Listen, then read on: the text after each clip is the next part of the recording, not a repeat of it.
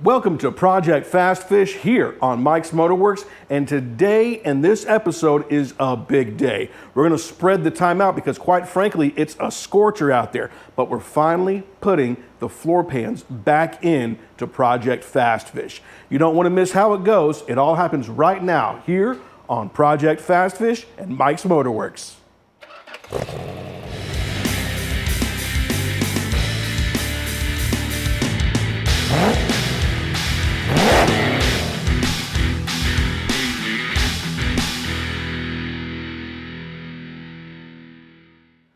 So there are probably folks asking, Mike, why are you just now putting in the floor pan? I mean, on a unibody vehicle, doesn't that provide a lot of the structure?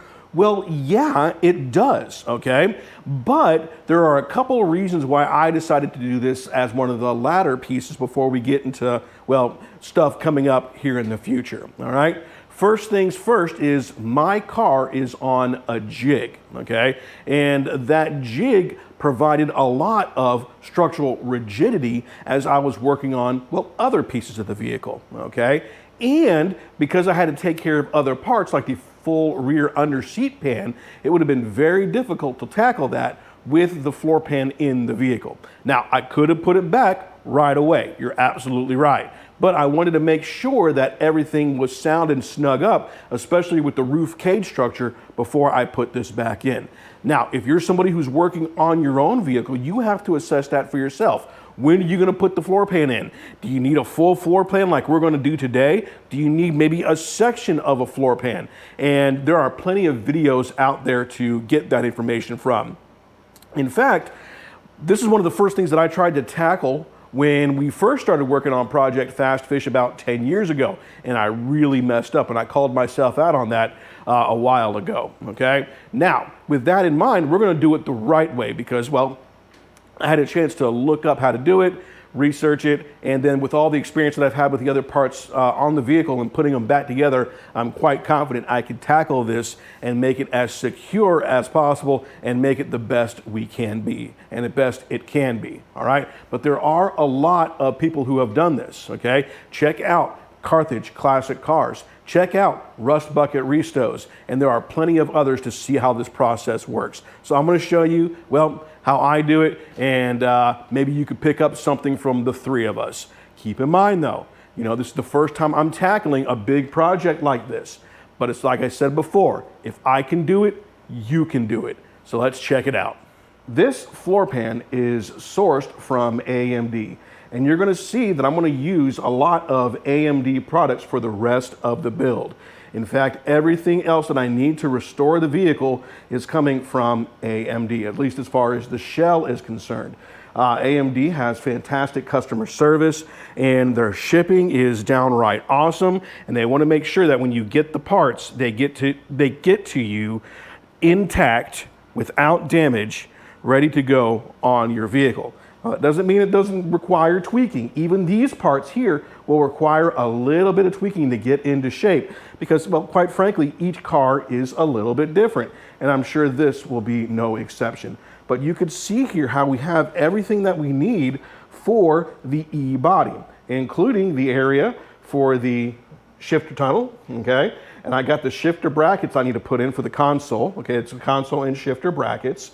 Everything that you need as far as the holes are concerned. Of course, you got your brace holes here. We'll point those out a little bit later on. And of course, they're on both sides. And over here you have holes, and people will ask, well, Mike, what are these holes for right here in the middle? Well, this is for your chairs. Now, the Barracuda came available in both the bucket seats and bench seats for certain models, okay? So your base level trim had a bench seat option, okay? And you can see that they really include everything you need here. Almost direct replica of what it came from the factory. Now, what these did not come with was the brackets if you do run the bench or bucket seat option. Now, obviously, if you're running the bench seats, you don't need the brackets, okay? But these need to be welded in place, all right? So I gotta go find mine and make sure that those are going to get on there. In the next shot, what I'm going to do is I'm going to go ahead and take the front floor pan, the whole floor pan as you see it, and go ahead and test fit it. I'm gonna make sure that all the holes line up. I'm gonna put things into place with clamps, make sure they hold there, and then I'm gonna go ahead and outline the basic areas where I need to go ahead and drill for my plug welds. You've seen me do this before. However, I'm gonna go ahead and do this here because I am treating this like a complete walkthrough, alrighty? Now, what I've done before, you can see all this is brand new back here, by the way, right? What I've already done is I've already gone ahead and cleaned up my area. This was done well and a while ago. I've got the insides cleaned up and painted and sealed up. I used the Eastwood internal frame coat, okay? And then I used a zinc-based weld-through primer on the outside here, okay? What I'm gonna go ahead and do is go ahead and set the sheet metal on this area, make sure everything is flush and tight, possibly even run a couple of sheet metal screws in to make sure that I am as tight down as I can be, okay? And I'm gonna take my paint marker and go ahead and mark all of my areas so that I know where to drill the holes at. And then I'm gonna drill the holes, replicating what you see here as little spot welds. See these little dimples? Okay, those were former spot welds. I'm gonna go ahead and take care of that by replicating those spots by using plug welds, okay? Now in the front up here, what I'm gonna do is I'm actually, instead of plug welding it, I'm gonna use plug welds in certain areas, but I'm gonna use my little portable spot welder in other areas. And that should give me a near factory-like appearance, especially in this front area, if anybody's looking up or looking down into that zone behind the engine and the exhaust and what have you. All right, over here on the side, you can clearly see where we're gonna have to put some plug welds in and weld up against this zone here, and of course the chair brackets, etc. Now this area back here, I'm gonna explain a little bit more in detail once we get to that portion with the rear footwell pans, because those are also gonna go in, all righty? Now there's one important thing I wanna have to make a note of as I'm installing it. Before I yanked out this floor pan here, what I did is I measured the back of that floor pan to the floor. In other words, if this was the back of the floor pan, it's not, it's the front of the underseat pan, but if this were the back of the floor pan to the floor, okay, I should have 31 inches. Now there's a slight slope in there and so on and so forth. So when I put the new panel in and I measure it from right about here down, I should have 31 inches, because you don't want any kind of rise or fall in that pan as if you were looking at it this way, right? You don't want that to happen. So let's get this party started. Let's get to measuring and tracing, and I'm gonna turn some fans on and turn some music up because quite frankly, it's a hot one today. And then anything I don't get done today and I get kicked out because of the heat, I'm gonna go ahead and pick up tomorrow.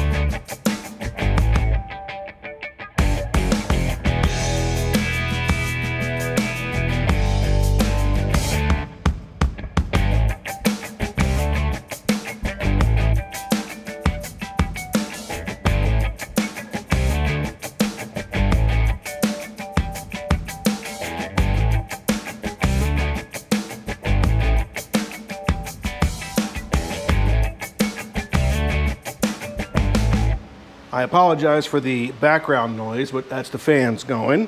Got a couple of them running today. As I said earlier, it is quite hot. So what I did here was, one, I made a couple of notes for myself about the things that need to be done to get this into place.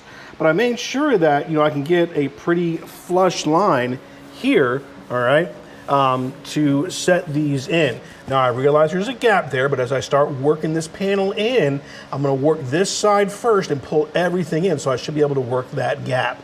All right, and the same thing goes for over there. Over here, I went ahead and ran bolts through my seat holes, right? These are where the seats go, so I'm sure that I am in good spot. Additionally, when I press down here, I'm kind of making notes about, where the gaps are, if there are any, that sort of thing. Now, the biggest things I have to do right now is, of course, fold that edge back. And then, of course, I'm going to take here a little bit more off of here to get this to squeeze in a little tighter. Now, the reason I'm folding the edge back here is to get this into line here. And then I might even cut and trim that a little bit because it's running into the metal beneath that. So I might edge the edge of that off. Same thing for a couple of pieces into here. Over there, it looks pretty good, so I don't have to mess with much, and I should be awesome. So what I'm going to do next is I'm going to leave a couple of notes on the floor pan, and I'm going to go ahead and address the things that need to be taken care of. And then I'm going to go ahead and start setting. Now, as I was looking things over, I decided that, let me go ahead and just plug weld instead of spot weld that front lip area right here. Okay, so I'm going to go ahead and set that up for plug welding. That way I can be sure that with each plug weld I pull, right, I can pull in, see it, and get that plug weld in. So it'll take a little bit more work, but you know what, I'm all right with that. You can see here as well that I went ahead and used some clamps to kind of put things into place, right? Now, what I want to look for as I'm doing my tracing is any place where, well, effectively a spot weld is going to go. Let me go ahead and get on the ground here, and I'll show you what I'm talking about. Alrighty, so what I'm going to do, and I realize there's a gap there, okay, and that's fine. I'll be able to push that down and pull that down with a couple of sheet metal screws as I start working the panel in. So what I'm going to do right now is I'm going to go ahead and trace up into here. Just make a quick line to let me know that's where one line goes, right? Now up in here, I don't want to forget there is a panel that runs right about here. There it is. Let's see if I get this on the camera while I mark it. It's gonna be kind of tough to do, but yoink. I didn't mark that very good, did I? It's tough to mark, holy moly. There we go, we got some white up in there. Alrighty. So I'm gonna mark that panel so I know that I need to get some holes up in there because I gotta pull that in for that secondary brace. Alrighty. Do the same thing over here. Effectively just trace my lines. Sorry, it's hard to make sure I'm tracing my lines correctly and hold the camera at the same spot. And I'm gonna do this for every spot that I can get to. Every spot that I can get to.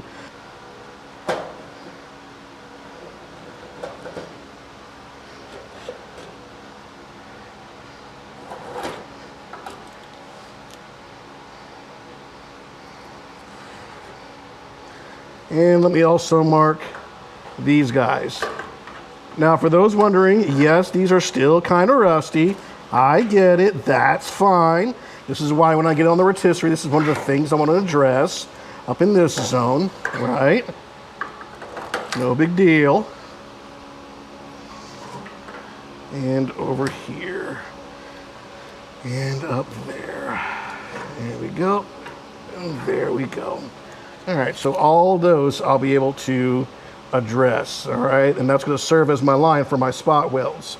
All right, I'm gonna go ahead and do the other side and get that middle section there, and we should be good.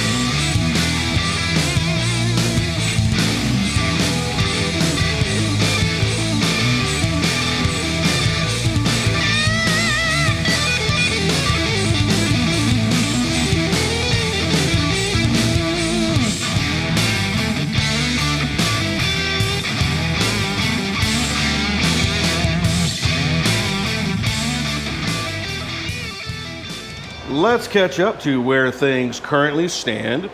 As you can see by the fast play that was playing in the, or the time lapse that was playing in the background, I went ahead and prepared all these panels for their plug welds. And I did that with a combination of either the punch tool, I'll leave a link for that tool in the description, or the drill and drill bit. Now make sure that when you're using drill bits, they are made for metal, not for wood. Okay, there are different bits, and I'll leave you also a link for some good bits that I found on Amazon. It will take multiple bits to get a lot of the work done, but you can do a lot of the panels and such with just a single bit. Alrighty. Now this guy has already been traced and outlined. I show you that process. Went ahead and added some additional plug welds here for the brackets and what have you. Then of course you can kind of see where everything looks really, really good. So yeah, looking from afar away, even though there's a bunch of zinc-based weld-through primer on here, it still looks like a gorgeous, gorgeous piece. Now, as far as the footwells are concerned, the rear footwell pans specifically, you can see that from AMD, these already came with the associated brackets, and they came with two plug weld holes. Great. I went ahead and added some more because from the factory they had a total of 4 on each section. So 4 on the bottom and then 4 on the back side. And that's where it'll rest over here on that bracket right there. Alrighty. And then of course I did the same process where I simply drilled through or used a punch tool, and then I used a zinc weld-through primer on both sides. Now, why do I use it on both sides and not just one side? All right. The reason is you know, I didn't want to just leave the EDP on there and have that EDP come through on the weld, making the weld weaker. Additionally, I just didn't want to leave it raw steel underneath there as well. Basic rust prevention. Now, there are some guys who disagree with that, that's not needed, and that's fine. I will tell you this, the only place that I found not to use weld-through primer, and I did some research on this, I found a body repair manual from the Honda, okay, that said that do not use zinc-based weld-through primers when doing spot welds. And when you're doing spot welding, it doesn't create as much of a, doesn't allow the temperature to work between the two. Now, I did find another paper that argued that and said that it is okay if the weld-through primer is new. In other words, within about 24 to 48 hours after being sprayed. So do keep that in mind. Now, this is older weld-through primer. It's been sitting on here for a couple of months, alrighty? But it is okay to be standard plug weld, not spot welded. So I'm gonna go ahead and do that. I just wanted to also get one last shot in between here before we went ahead and covered them up. Now, underneath here on the lower side, underneath the brackets, we are going to go ahead, and when I have this in the rotisserie, I'll be able to clean those up in a little bit more detail and such, right?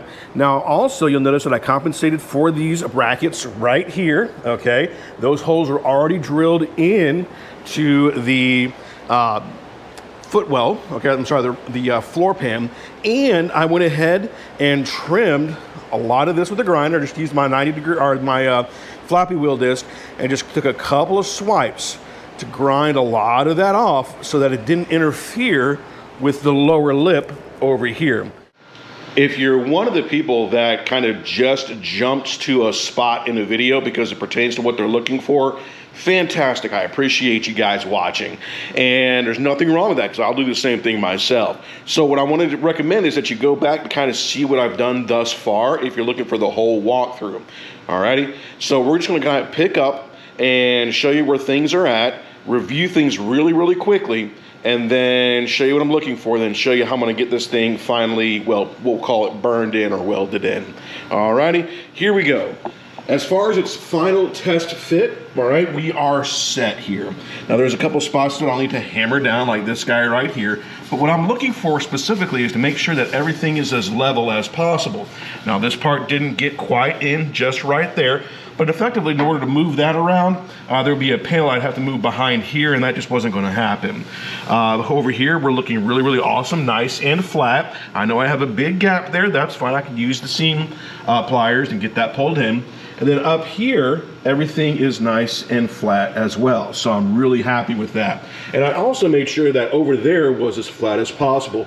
And just like on the end, there was a little bit of a raise, but I could whack that down a little bit with the hammer and get that all set into place. Again, we are going to put seam sealer on here, and there was a whole lot of seam sealer from the factory. Alrighty. Now, the other thing I wanted to make sure were two really, really important things. Thing number one, I wanted to make sure that we were as close as we can be to these holes here, because the closer and tighter we are with the metal, alrighty, the better the welds will be. And that's a mistake I made in the past, alright? So effectively what I've done is I put the sheet metal screws in to kind of get a rough set, and then I'm going to use the hammer here. You're going to see me do this a whole lot. Kind of everything until it gets nice and set into place. All right, and that'll ensure that we get nice, strong plug welds. All right, that's going to do with every panel. And if I'm having a problem getting it in, I'll use sheet metal screws to kind of pull it in the rest of the way. But you can see overall, we're in a good spot. All righty. Now, the other important thing was to make sure that the back section here was where it was from the factory, because you don't want it to kind of sag in if you're looking at it like this. So you don't want the seats to kind of rock in with each other, that kind of thing, right? And kind of tilt in. So I measured that before I cut it out, and I found that to be 31 inches, and we replicated that 31 inches. Now, as far as the tools that I'm going to be using to make this happen, besides the welder, of course, I got my dead blow hammer, I got my body hammer, alrighty. I've got my little screw gun over there, a couple of sheet metal screws and such, and of course I got my blow gun. That way I can cool and quench some of the welds with a nice cool air as I'm working on it. Now, for those who are saying, "Oh man, you can't quench that thing. It's going to ruin the integrity of the weld, and you're going to have a weak weld there." I didn't say I'd do it on all of them. I just said I'll do it when I need it, right? If I'm working in an area, quench those things down with air really helps out. On top of that, alrighty, this isn't really kind of one of those panels that are, you know, not butt welded, but joint welded, okay? So it'll be all right, nothing wrong with it. What you're gonna see me do is I'm gonna start working from the inside of the car over here. I'm gonna work from this section out here, so in the engine bay, all right? I'm gonna start working the section. I'm gonna work out and down. In other words, I'm gonna work from the center point outwards. Center point outwards. And the reason you do that is if you have any folds in the metal, all right, if you got 2 points together, you got a fold and you got a bend, it's gonna be very difficult to take care of that bend. Whereas if you're working from the edge out, everything kind of smooths out as you go.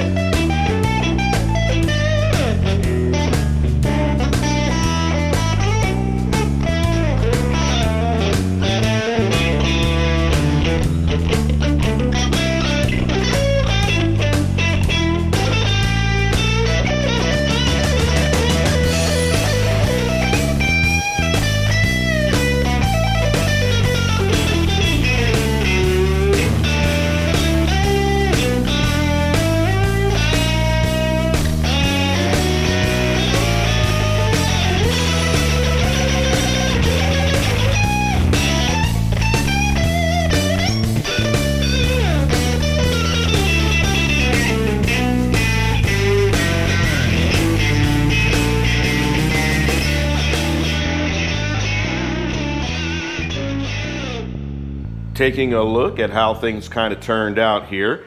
I did take a moment off camera to kind of grind these welds down. And the reason I did that, well, was I needed a break from the welding, let the welder cool down, that kind of thing. And also, it just gave me a chance to go ahead and take care of these spots, check for any cold welds and what have you. I did have one cold weld where I did have the welder set at a lower temperature because I was doing a quick spot check or a spot fix.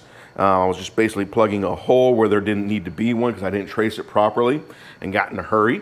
And so I had that set on the lowest temperature setting just so I can plug that hole. And I forgot to set it back when I went to go back to do the plug weld. So I had one cold weld.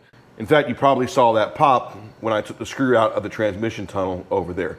No big deal. I'm still confident everything is where it needs to be at, and we got solid welds throughout. So people will ask, all right, Mike, if you did some grinding, how come these are still showing here? How come you still have these raised out?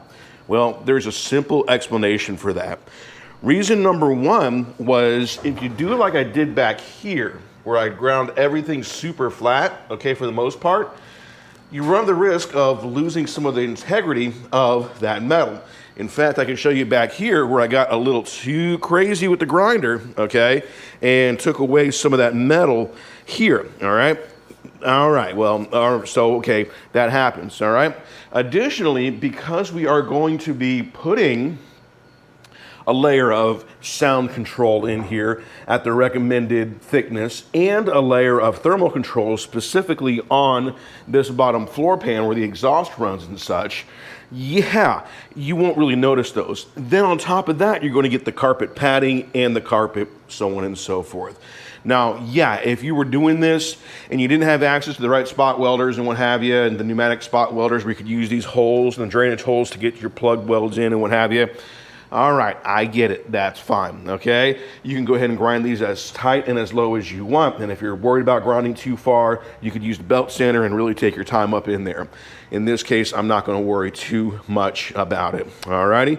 So there we go, everything looks really, really awesome over here, and as you can see, everything remained really, really, really good. A little bit of seam sealer and we'll be awesome. There's still a little bit of a gap right in there, but I believe that's just par for the course, and I could easily just get that down as tight as it can go with the body hammer and then go ahead and seam seal that. But everything turned out nice and flat. I do have a little bit of dent I got to take care of where I was doing some whacking with the dead blow and such. So we are good. Now also off camera, I kind of glanced at it before, but we went ahead and took care of setting the rear floor pans into place. Yes. I did set this incorrectly. I was supposed to set that side first, and then this side is supposed to overlay on top. No biggie. I can pull them both, all right, and then go ahead and get those burned in. And it became obvious when this guy wouldn't go down straight and flat. You can kind of see there's like a little gusseting here, and that just reminds you, hey, dum-dums, when you put this in, it's supposed to go in a certain way. No big deal, all right? I can get that taken care of, and yes, I drilled that out over here, and that's a mistake that I made. Hindsight 2020, no big deal, right? However, it's still important to know how I kind of set these into place. So what I did was, one, I went ahead and just started looking, okay, where are my main reference holes, which are down here. All right, let's get that clamped into place so it can be at least roughly clamped and roughly close to where it needs to be. And then I started lining it up on the back here. And then I checked, are all the lines good? Is everything matching up? Is everything parallel? Is everything lining up with where it should be? I used a frame of reference here, and of course made sure everything was nice and flat back here, and so on. Then I started setting things into place with this clamped down, and then using my frame of reference from the old plug welds down here, I just made sure I pressed down as far as it can go, and then went ahead and started setting my sheet metal screws. In fact, the first one I set was back here where I could make sure this was tight against here, and I set that screw there and then kind of worked my way over and around.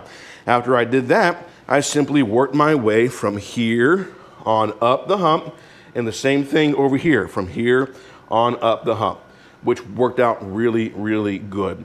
So what I'm gonna go ahead and do now is on camera, I'm gonna put this in the time-lapse mode again, and I'm gonna go ahead and pull those pans off, use the sheet metal screws to just undo them, and then go ahead and set that right pan, or the driver's side pan, on the proper spot. That's the left-hand side, okay?